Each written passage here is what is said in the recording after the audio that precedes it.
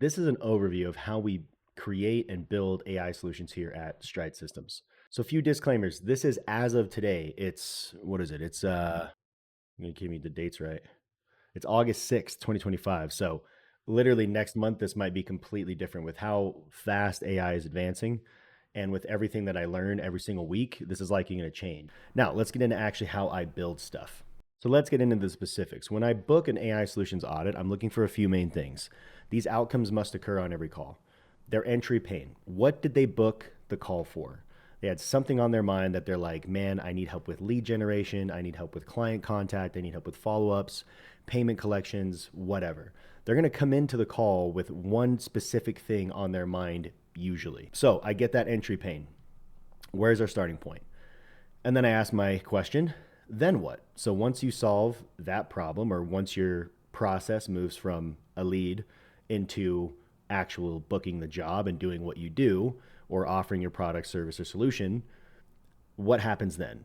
And that's when I start to ask the question of, let's look into the whole business. There's actually a lot. This is where I spend most of my time in the call, is that then what phase. So I don't want it to seem short here, but it's really getting enough information to determine how AI can actually evolve their business, not just automate a few simple steps, which does carry its own value, but not enough to really do this at a consistent, steady pace.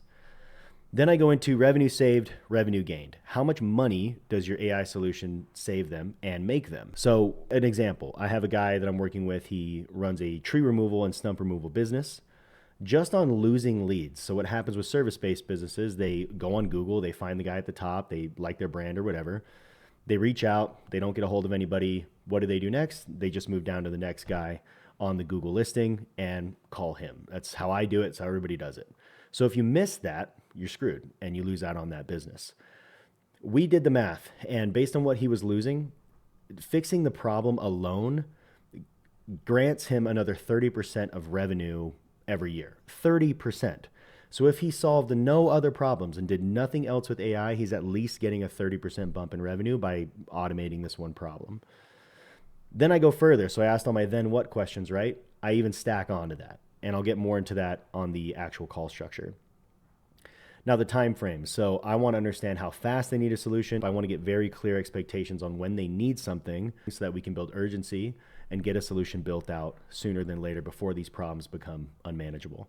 And then the price agreement. So at the end of the call, you want to make sure you have your price laid out, and we always make sure our clients know exactly how much this is all going to cost for everything that we would build. On the call itself, it starts with this simple discovery, and I'll zoom in a bit so you guys can see a little better. So the discovery, this is what I've learned in my 12 years of operations and sales of what really matters to a client on the call. There's so many gimmicks and tricks and bullshit out there. I have a few guys you can follow for sales who are just so good right now. Johnny Mao being one of the best. Bill Walsh of the Objection Box is really solid. I can send some of those over. Anyway, what triggered them to book a call? What is the glaring red problem? So, what is that thing that they came on the call to solve? And what have they tried already? So, you should understand, hey, have you guys tried anything to do this? Because they may have already worked with an agency. They may be working with the software that they want to keep or get rid of. They may have tried X, Y, and Z thing. So, it's important you understand that, and I'll get to why later. So, revenue figures, you want to figure out what they make roughly every month and every year and every week. You know, like if you're a real estate agent, how many times a year are you closing a house? And then once they tell you the problem, you can accurately estimate how many houses or closes or jobs that they're missing out on every year. And that's really crucial because you need to understand how much your AI solution is going to save them and make them, right? So you get revenue figures, and then you collect the client's desired outcomes. So what would they accomplish or work on next if this one problem went away? That's just their starter problem. If this one problem went away, then what would they work on? This is the true cost of the problem, by the way. So it's not the money, it's what they're missing out on and what they're being held back from doing because they're not able to get over this one problem that they have. From there, we go into how much money do they make accomplishing what they want to work on instead of this stupid problem. This is the opportunity cost. It's really important to have this because you can say, hey, because you're not able to add this new product line to your clothing brand because you're dealing with all these inventory confusions and customer orders that are 100% manual, you're not able to launch that new hat line that you know is going to add like $250,000 a year on its own. So you see how the problem is so much bigger than just automating a secretary? It now becomes they can't do anything they want to do and they're stuck where they're at. And if they're stuck where they're at, it's likely going to fail the entire business. So we'll get into that too. So what would their life look like when they achieve this desired state? I dive in a bit. It's like, cool, yeah, I know you'd make all this money. You'd have that extra $250,000 a year. Your brand would grow. You'd get more connections, blah, blah, blah. But what does that even mean? Like, what would you do with that? Like, are you wanting to buy a house or spend time with your family or go camping or get married or buy a sick rock for your lady, buy a Lambo? It doesn't really matter what it is. It's their purpose, right? You need to understand what they want out of this, because that adds on to the opportunity cost. If they're not automating and getting rid of these problems and you're not there to evolve their business, what do they miss out on? And it becomes much more expensive than what your solution is actually going to cost them. And this just helps you frame it up for the close later. It can also verify that they're not a fit for it right now, which is great because it saves you time and lets you know they're not ready. So now you show them where they're at right now. So you told me you're here dealing with XYZ problem, making this much money, losing this much money, and losing this much time, freedom, etc. This is what your problems alone are keeping you from doing. So you then reframe and say, hey, you want to be here, but you can't because these problems are keeping you stuck. And then here's what life looks like if you do nothing. A lot of people skip this because it is a little bit more raw and real, and people feel risky bringing this up, but you've got to clarify, like, this is what I call the cost of inaction. And this was actually coined by Bill Walsh. What is the cost of inaction? So what does life look like if they do nothing? And you just ask this straight up, like, hey, if you continue to lose 30% of your jobs, or continue to lose leads, or continue to bleed revenue, or continue to not be able to launch products and have these ideas, what happens? It's like, well, I can't stay relevant in my styling and clothing space. I can't bring on new clients and grow as a real estate agent. I can't grow my team and add another crew for tree removal or whatever you name it. That's what things look like. And if those continue to persist, what is the consequence? And a lot of people say, well, dude, I probably wouldn't do this anymore. Like, I'm only making 50 grand a year doing it now. These problems are holding me back from making 200 a year. I would do it then, but I'm not going to keep doing it right now if these problems don't get better. And so now the outcome is like, look, if you don't automate this and work with me, you're not going to have a business because you want out, because it wouldn't be worth the effort and the time. But if we got everything done, it would look so amazing. And they've verified that. You're not making shit up. You're just asking them directly and having a conversation, guiding them to the horizon instead of keeping them where they're at. So now let's talk outcomes. We solve X problems. That frees up X amount of revenue and Y time so that you can now make X amount of money, and your business looks like this. And this is where you're condensing everything into one simple frame. This is the problem and the solution. This is the story you're telling right now. We solve these problems, free up the revenue and time so that you can now make your business look like this, which is what they told you, which means your life now looks like this.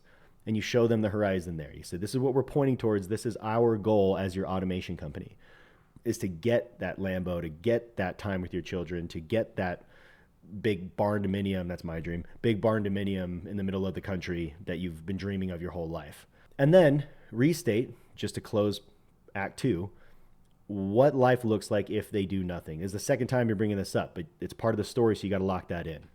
I do it at the end so that they kind of understand before you go into closing and commitment that, hey, if I don't do anything, this is going to suck. That way you don't run into that as an objection, or when it does come up, it's like, I'm not ready yet. It's like, well, if you're not ready, here is the potential outcome of that. So what do you need to do to feel ready? And that's all objection handling, which I don't cover in this video. But what life looks like if they do nothing. Now you've restated it all. It's a really impactful part of the conversation. And it only takes like 15, 20 minutes to get here if you're good at asking questions. And then you get into the commit and the close. So do you anticipate reaching your desired outcome if these problems are not solved and your business does not evolve?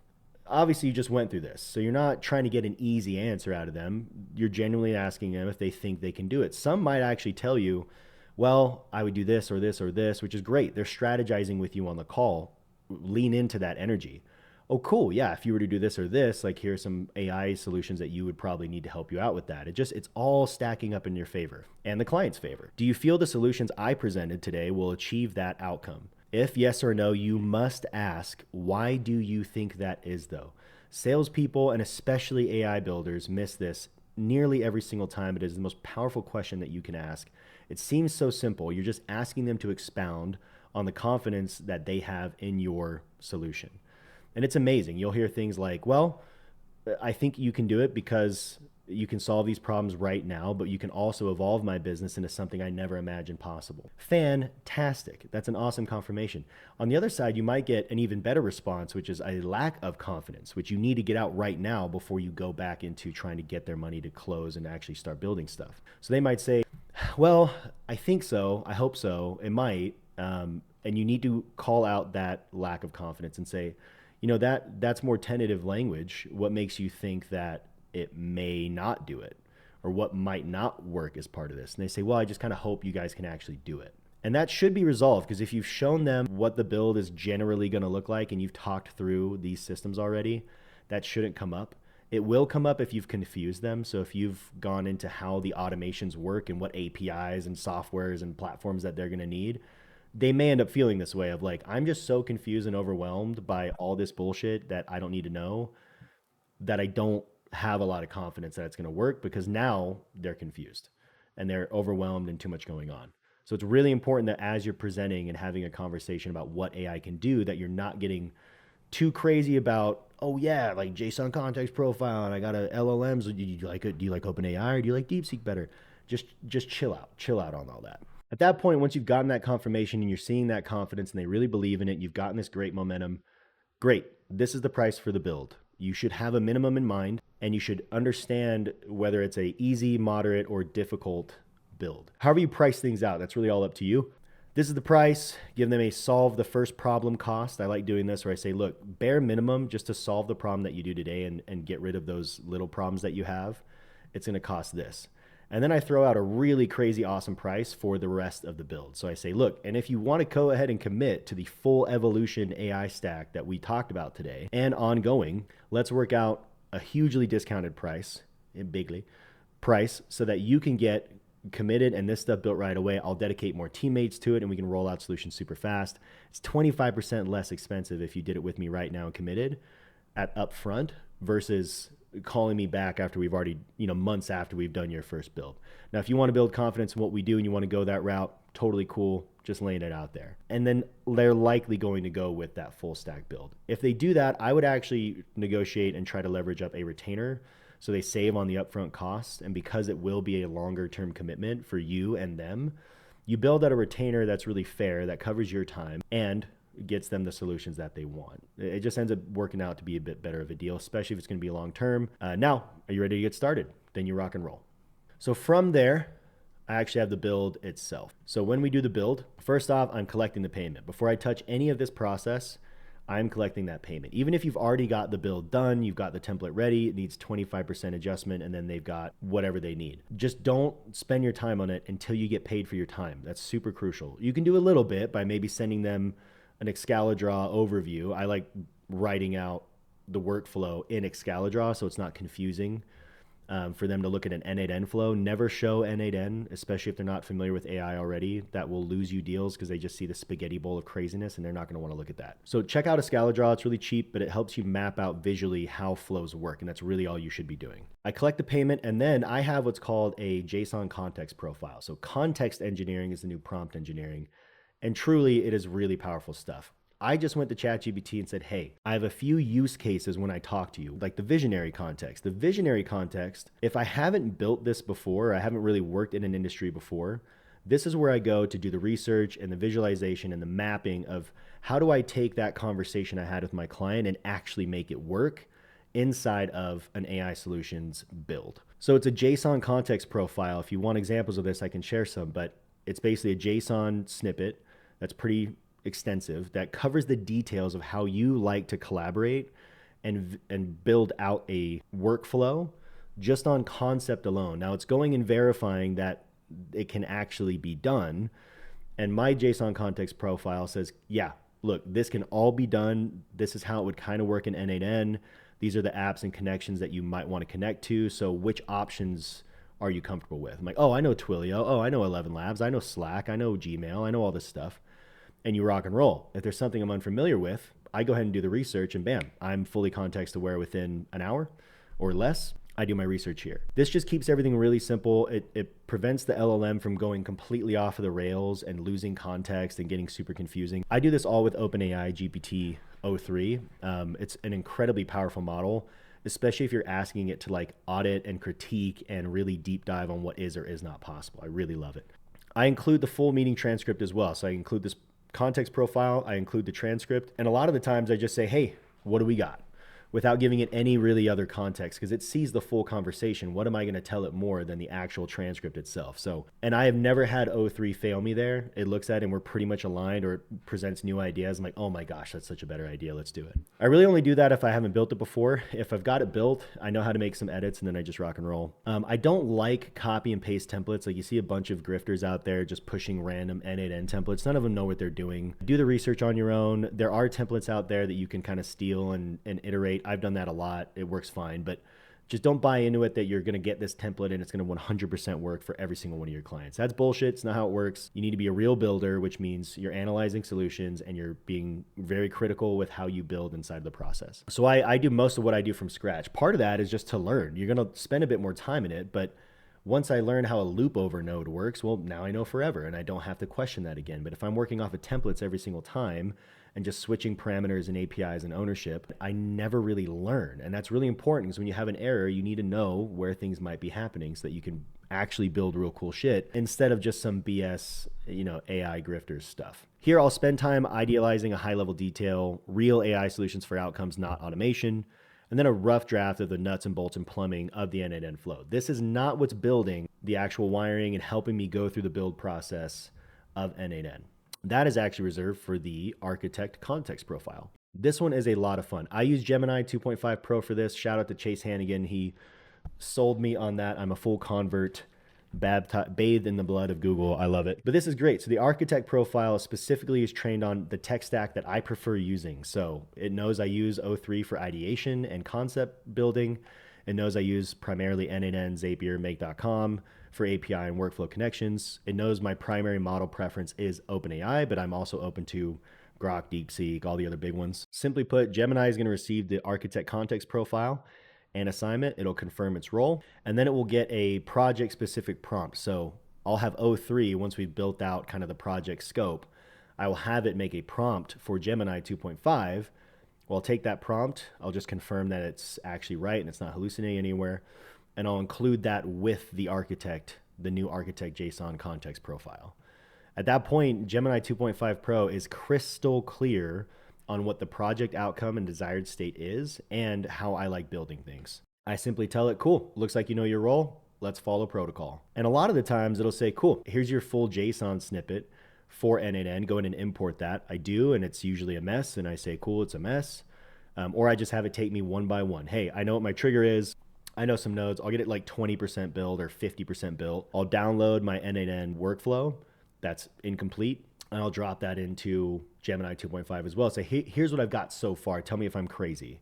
And I'll say, no, this is pretty good. So you want to do this, this, and this, and wire it up this way. And then we can go one by one through the nodes and parameters to make sure the credentials are right, the data is correct, and that the right stuff is moving the right way. This context profile is what has made Stride amazing because it's able to build stuff so fast and with so much clarity. I absolutely love this, and it's made me a lot better of a builder. Half the builds now that I do, I don't even need this profile. I've learned enough from it to just like go and do my own thing. Okay, so once you've got it built, now we move on to the iteration phase. I get another Excalidraw dashboard written up for the actual flow. Cool, here's actually how it works now. It's usually very close to that first overview I did for them. And then I go into another client demo, whether I'm sending them a virtual recording or we're just hopping on to look at it. But Excalidraw for the high level overview. So I do a live demo of the automation actually working in my own account. So I put proof in the pudding. I usually pay for all the softwares that they're using inside of their system anyway. So I just build it on my own. If you pin the nodes right and you pin the data right inside of N8N, you're not going to spend $1 bajillion on API costs. So I show the test. I was like, here's my email agent responding to a fake lead. Here's my intake agent depositing a lead into my Airtable account. Here's my AI agent calling someone who came into our Go High Level account using your cloned voice. Then they see it. They're like, look, it works. Like Brandon just showed me this working in his business. Oh my gosh, this is so cool. It's only been 2 weeks and he's got this stuff done. So then I ask, hey, any tweaks? Now, a lot of builders would say, hey, don't do this because this is called scope creep when someone's like, oh, that's really cool. What if we did this and that and this and that and this and that? That energy should be exciting to you because your client is now a believer in what you're doing and they're starting to evolve themselves to see what AI can really do in their business. Here's what I would say. Iterate just a little bit, as long as the initial scope of the stuff they have paid for is not affected. What I do, I don't say, no, we're not doing that. I say, I love that idea. Let's pin it, put it on our project tracker so that we can come back to it. But this is something that we would want to install in a 1.5 version or a 2.0, or it may even be such a big idea that it needs to be a completely different build. Don't get caught up on trying to sell them a new build right now. Just get this done. Hey, love it. Looks great. Let's solve this first problem though, remember, because this is costing you XYZ thing, 30% of your revenue. Let's just solve this problem and we can always get back to it, but we need to get this installed fast. So you reserve their ideas, but you don't get scope creep. Clarify new, fresh build ideas, you can make it there. Make the tweaks and then repeat. Send them the overview video, send them the live test. Hey, does that look good? This part doesn't take that long. You'll usually get it right first shot. And now we onboard. Now, admittedly, the onboarding step, in my opinion, is the most annoying part.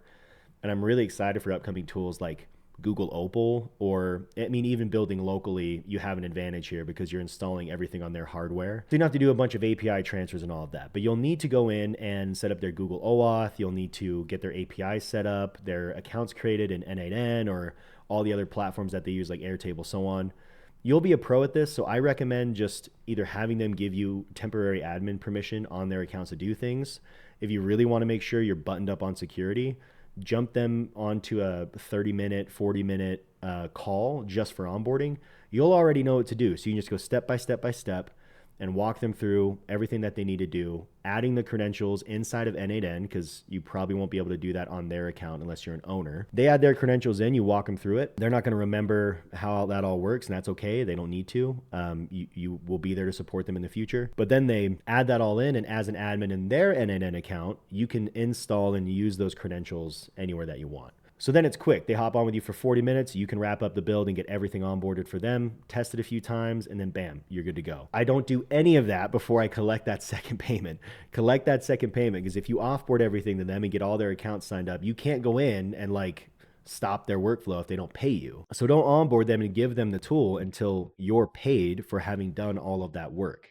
Once that's finished up, you have your ongoing support. This is going to change for everybody. You might just be one that, hey, builds it, if you need me, call me, and I'll charge for little support tweaks here and there. That's totally fine. On big builds where you've worked out a retainer, you follow up, hey, are we now doing that next build? Like, hey, remember those sick ideas that you had? Those are ready. Let's get rocking and rolling with it. I'll give you a discount for working with me already. You just repeat the process until their business is something that you can build testimonials off of and parade around on the internet as this amazing use case for your services. N8N nodes updated, keep track of their builds. N8N updates every week. Their automation works. It's gonna work on the current version. There may be nodes that are removed or changed. If you're smart about this, you'll keep a list of all of your clients and what builds they have, because all of the builds that you do will probably be similar, because you're going to productize a new build that you make. You're going to roll that out to more people in the future. It's like, man, this real estate agent really loves, and it's working so well. We're going to now advertise that real estate automation for everybody who wants it. So now every time a node in that same workflow updates, you've got a list of clients who you can say, hey, make sure to update this. Quick video on how to update that node. They don't want to update it. Ideally, you just offboard that to a VA to go update that account for them or update those nodes for them. Or you just charge them like, hey, if you need me to get in there and do it, it's $500. I'll spend 20 minutes on it and get it done. But just be really careful with your time, because you can get buried in the support stuff. Okay, that's essentially it. So a bit longer of a video of how I actually tackle builds. And look, this is very much for now. If you're seeing this and it's now the end of year 2026, this process is completely different. That is a guarantee. We try to be cutting edge. Now, you have to accept getting into the AI space that you're going to be behind no matter what the whole time. I don't know anybody who's 100% fully ahead on this. Even the most advanced guys in the space, like Dr. James Utley, completely different industry, knows things I would not have even approached yet. We can go back and forth on, hey, Brandon, your web building automations are really cool. Like, I don't know much about that. And Dr. James actually knows a ton about everything, but no one's completely caught up, and they won't be with how fast AI is moving. So just don't count on it. But this process will change. So as of August of 2025, this is what we do. It's going to get a lot better. The component I'm really excited for is local builds. So building it on a company's own hardware and building everything completely local there. Just not where we're at yet. So small businesses and businesses who aren't concerned about housing a lot of proprietary sensitive data, Stride is perfect for. So get building. Hope that helps. And if you're watching this and considering working with me, let me know what you think of the process. If I should change things up in order to win your business, I'd love to do it. Let me know.